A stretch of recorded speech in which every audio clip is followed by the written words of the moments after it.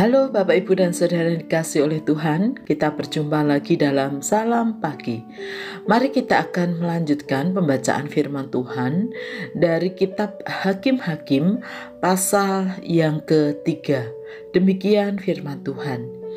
Inilah bangsa-bangsa yang dibiarkan Tuhan tinggal untuk mencobai orang Israel itu dengan perantaraan mereka, yakni semua orang Israel yang tidak mengenal perang Kanaan. Maksudnya hanyalah supaya keturunan-keturunan orang Israel yang tidak mengenal perang, yang sudah dilatih berperang oleh Tuhan.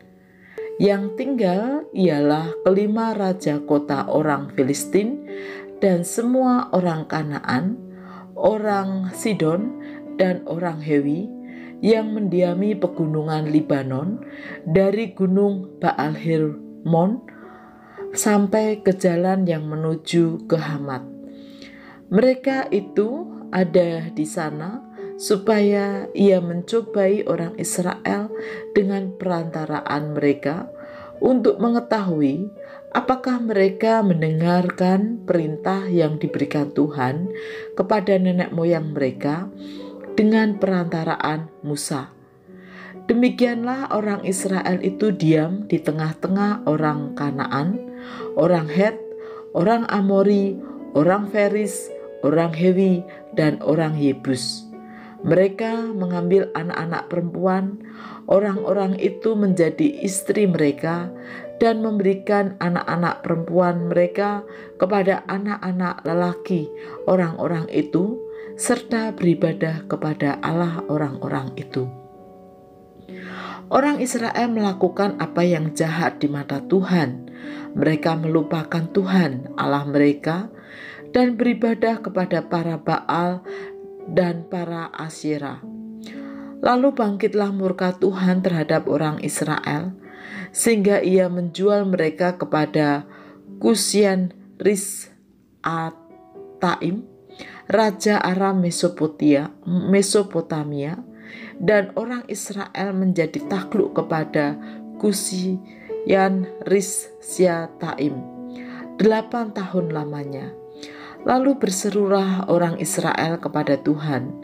Maka Tuhan membangkitkan seorang penyelamat bagi orang Israel, yakni Otniel, anak Tetapi Kenas, juga para hakim itu Kaleb. tidak mereka hiraukan, karena mereka menghinggapi berzinah dengan mengikuti dia, Allah lain ia dan sujud menyembah menghakimi orang kepadanya. Israel. Mereka segera Ia menyimpang maju dari jalan yang berperang, ditempuh oleh lalu nenek Tuhan moyangnya menyerahkan yang mendengarkan perintah Kusyan Tuhan.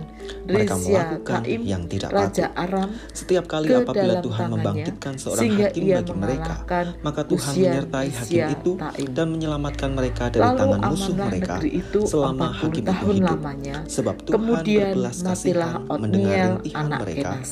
karena orang-orang yang mendesak dan Tetapi menindas mereka. orang Israel Tetapi apabila melakukan hakim pula itu apa mati, yang jahat di kembalilah mata mereka Tuhan. berlaku jahat, lebih Lalu jahat dari Eglon, nenek moyang raja mereka, Moab, dengan diberi mengikuti Allah Tuhan lain, kuasa beribadah kepadanya, atas dan orang sujud Israel, menyembah kepadanya. oleh sebab mereka Dalam telah hal apapun melakukan mereka tidak apa yang berhenti jahat dengan di perbuatan mata dan Tuhan. kelakuan mereka yang tegar itu. Raja ini Apabila murka mengajak Tuhan Bani bangkit Amon terhadap orang dan Israel, Bani berfirmanlah Amalek ia, menjadi karena bangsa sekutunya. ini melanggar perjanjian Lalu yang telah majulah kuperintahkan ia kepada nenek dan moyang mereka memukul dan orang tidak Israel mendengarkan firman-Ku, kalah. maka aku pun tidak mau menghalau Kota lagi pohon dari depan kurma mereka diduduki satupun mereka. dari bangsa-bangsa yang 18 ditinggalkan tahun Yosua lamanya pada orang waktu Israel matinya, menjadi takluk supaya kepada dengan Eglon, perantaraan raja bangsa-bangsa Moab. itu aku Lalu mencobai orang orang Israel Israel, berseru kepada apakah mereka Tuhan. tetap hidup Maka menurut Tuhan jalan yang ditunjukkan membangkitkan bagi Tuhan mereka seperti yang dilakukan seorang nenek moyang penyelamat, mereka atau yakni tidak. Ehud, Demikianlah Tuhan anak Gera, membiarkan orang bangsa-bangsa itu tinggal Benyamin, dengan tidak seorang segera yang menghalau kidal. mereka. Mereka Dengan tidak perantaraannya, diserahkannya ke orang dalam Israel tangan Yosua. biasa mengirimkan upeti kepada Eglon, raja Moab. Dan Ehud membuat pedang yang bermata dua, yang panjangnya hampir sehasta. Disandangnya lah itu di bawah pakaiannya pada pangkal paha kanannya. Kemudian ia menyampaikan upeti kepada Eglon, raja Moab. Adapun Eglon itu seorang yang sangat gendut. Setelah Ehud selesai menyampaikan upeti itu, disuruhnya pembawa-pembawa upeti itu pulang. tetapi ia sendiri berhenti pada batu-batu berpahat yang di dekat Gilgal dan kembali menghadap raja.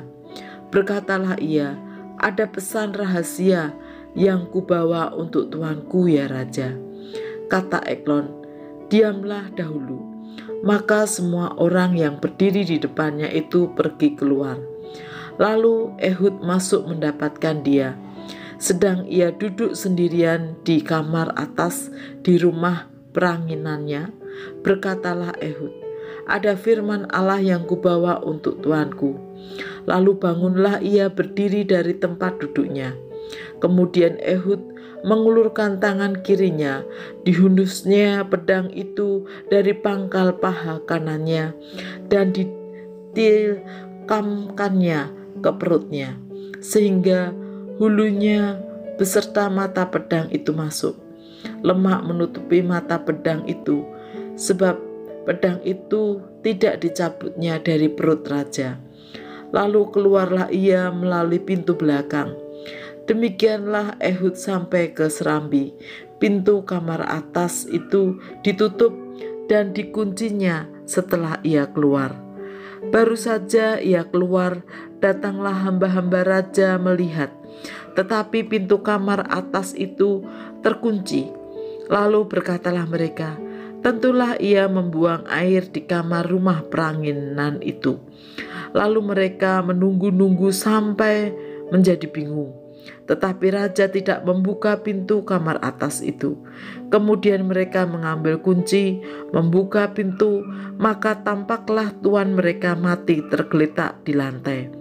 Sedang mereka berlambat-lambat, Ehud meloloskan diri. Ia lewat dari batu-batu berpahat dan meloloskan diri ke arah Seira. Setelah ia sampai ke sana, ditiupnyalah sangkakala di pegunungan Efraim.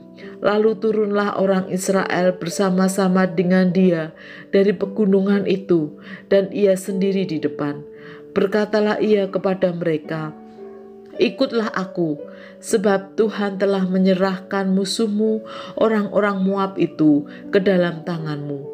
Maka turunlah mereka mengikuti dia, lalu mereka merebut tempat penyeberangan sungai Yordan ke Moab, dan tidak seorang pun dibiarkan mereka menyeberang. Pada waktu itu mereka menewaskan kira-kira 10.000 orang dari Moab, semuanya orang yang tegap dan tangkas. Seorang pun tidak ada yang lolos. Demikianlah hari itu Moab ditundukkan oleh Israel. Maka amanlah tanah itu dengan 80 tahun lamanya. Sesudah dia, bangkitlah Samgar bin Anat. Ia menewaskan orang Filistin dengan tongkat penghala lembu, 600 orang banyaknya. Demikianlah ia juga menyelamatkan orang Israel. Bapak, Ibu, dan Saudara yang dikasihi oleh Tuhan, jasa seseorang bisa dengan mudah dilupakan. Demikianlah gambaran yang terjadi di Israel pada waktu itu. Generasi-generasi penerus telah melupakan Tuhan dan apa yang telah dilakukan Tuhan atas umat tersebut. Namun Tuhan tidak lupa akan umatnya. Karena itu Ia membuat umatnya untuk mengingat Dia dan bergantung kembali kepada Tuhan. Oleh karena itu, Tuhan mengizinkan ada musuh-musuh yang silih berganti datang dan menguasai umat Israel. Di saat keadaan yang sulit itu, mereka berseru pada Tuhan. Dan saat itulah Tuhan melepaskan mereka dari musuh-musuhnya melalui orang-orang yang dipilih Tuhan. Di antaranya Otniel, Ehud, Samgar, dan lain sebagainya. Bapak, Ibu, dan Saudara yang dikasihi oleh Tuhan, kita bisa saja melupakan Tuhan karena berbagai macam alasan. Tetapi ingatlah bahwa Tuhan tidak pernah melupakan kita. Jadi, apabila suatu saat terjadi pada kita, lalu hal itu menyadarkan kita ingat akan Tuhan, maka berserulah kepada Tuhan. Pasti Tuhan menolong, karena Tuhan selalu mengingat akan kita. Selain daripada itu, Bapak, Ibu, dan Saudara yang dikasihi oleh Tuhan, apabila Tuhan memakai kita untuk menolong umatnya atau menolong sesama, jangan rendah diri. Namun, mari persiapkanlah diri dengan baik, karena pasti Tuhan memampukan kita. Amin. Mari kita berdoa. Tuhan, kami sungguh bersyukur karena kami memiliki Allah yang terus dan tidak pernah melupakan kami. Ajarkan kepada kami dalam segala situasi dan kondisi, kami terus mengingat akan Engkau dan berseru dan bergantung pada Engkau Tuhan. Kami berdoa untuk generasi demi generasi agar mereka pun terus mengingat akan Tuhan. Kami juga berdoa, mampukan kami ketika Tuhan memilih kami untuk menjadi saluran berkat, menolong orang lain. Kiranya Tuhan yang akan memampukan kami. Di dalam nama Tuhan Yesus kami berdoa. Amin.